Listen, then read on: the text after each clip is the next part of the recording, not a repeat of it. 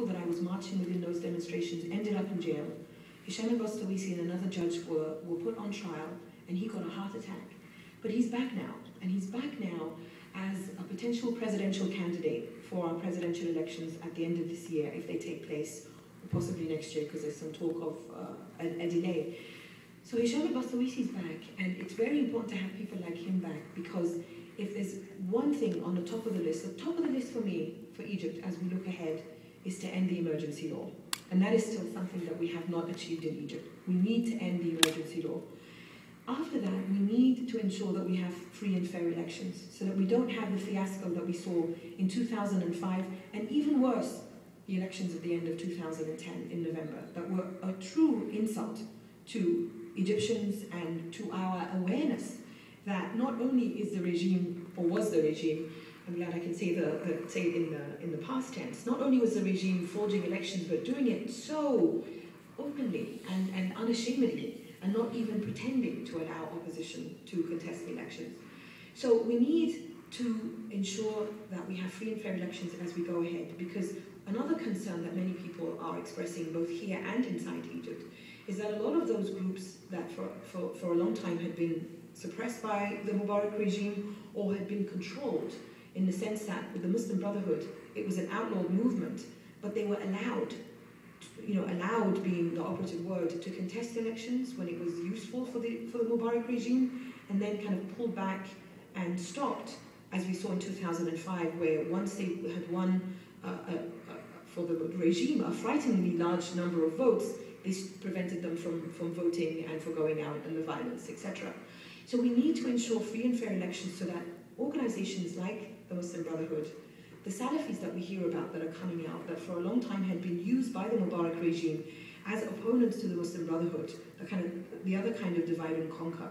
I mean, before the revolution, the only time most Egyptians had heard of the Salafis was this very radical cleric of theirs on the satellite channel in Nes, where most people would laugh at this. I don't know if anybody here has seen that satellite channel, but you would see some of the clips that would make it across YouTube.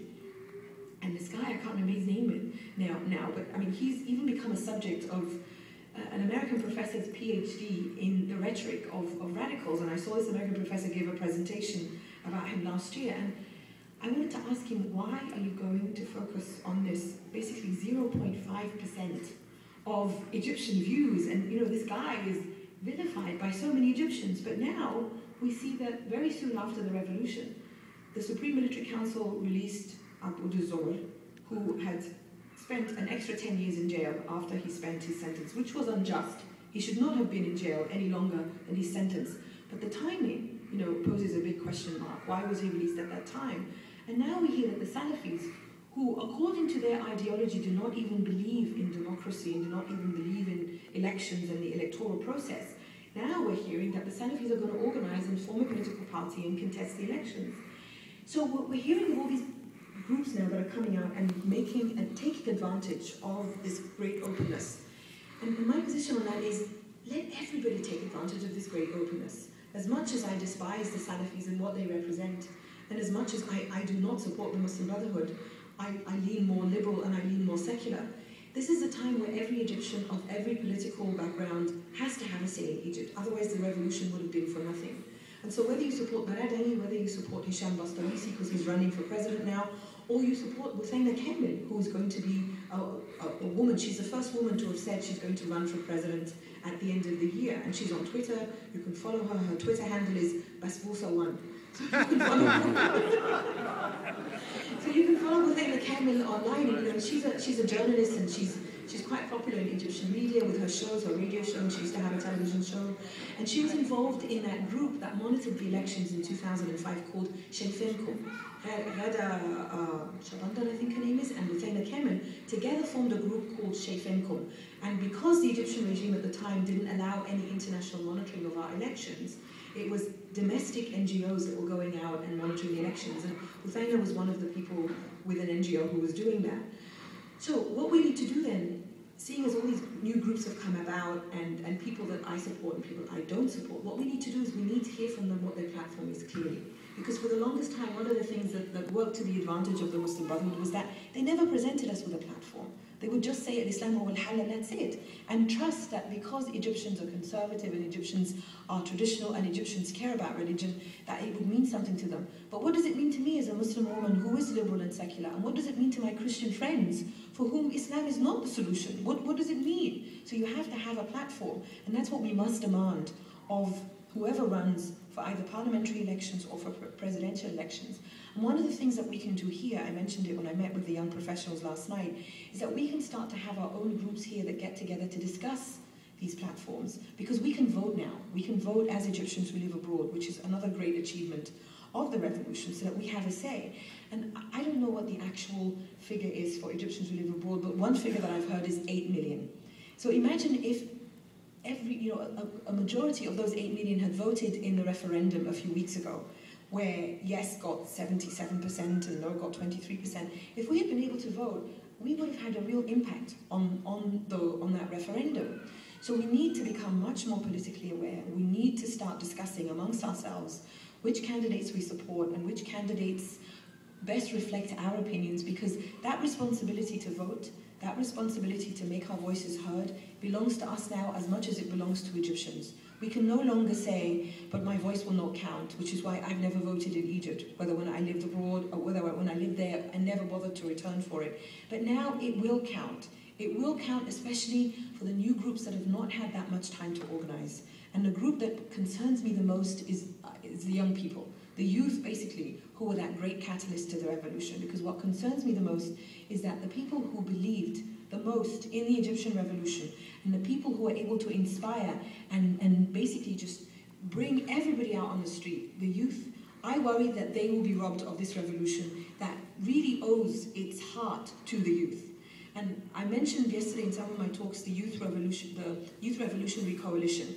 And this was a coalition that was formed in Tahrir Square to bring together young people of all different political backgrounds. So April 6th is involved, Muslim Brotherhood is involved, the leftists, the liberals, the groups who support Baradei, every political background is involved. And the whole point of the coalition is not to express one or other political background or leaning, but to basically form some kind of substantial power base for young people.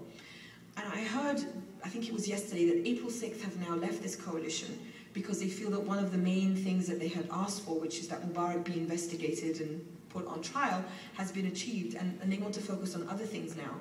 Tomorrow, I wish I had met them before I came, but tomorrow in New York I will be meeting with Ahmed Meher and Walid Rashid from April 6th, and they are two co-founders of April 6th. And I know that one of the things that they're doing here is talking to business leaders and talking to intellectual leaders. And Wa'il Ghanim has been in the United States as well, and he's also been meeting with people like the IMF, and he gave talks in Stanford. I saw him very briefly in New York on Monday, and one of the things that I know that he's focusing on is an NGO. He's gone on sabbatical now from Google to devote his time to creating an NGO that would look at issues of poverty and education in Egypt, which are clearly very pressing issues. But I know that both Wa'il and Ahmed and Walid, one of the goals of their trip to the United States has been meeting with kind of, the business people and business leaders.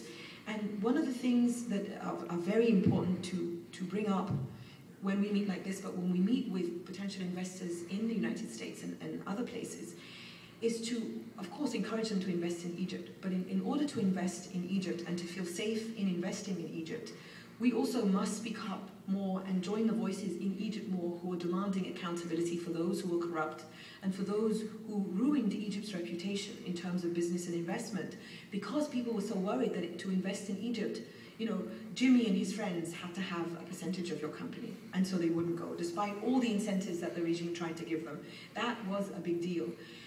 But at the same time, we also must remember that the private sector is not the enemy. And I think this is one of the risks that we run in Egypt, inside Egypt and outside Egypt, because of the horrendous levels of corruption that we saw under the regime. Many people are understandably very suspicious of the private sector.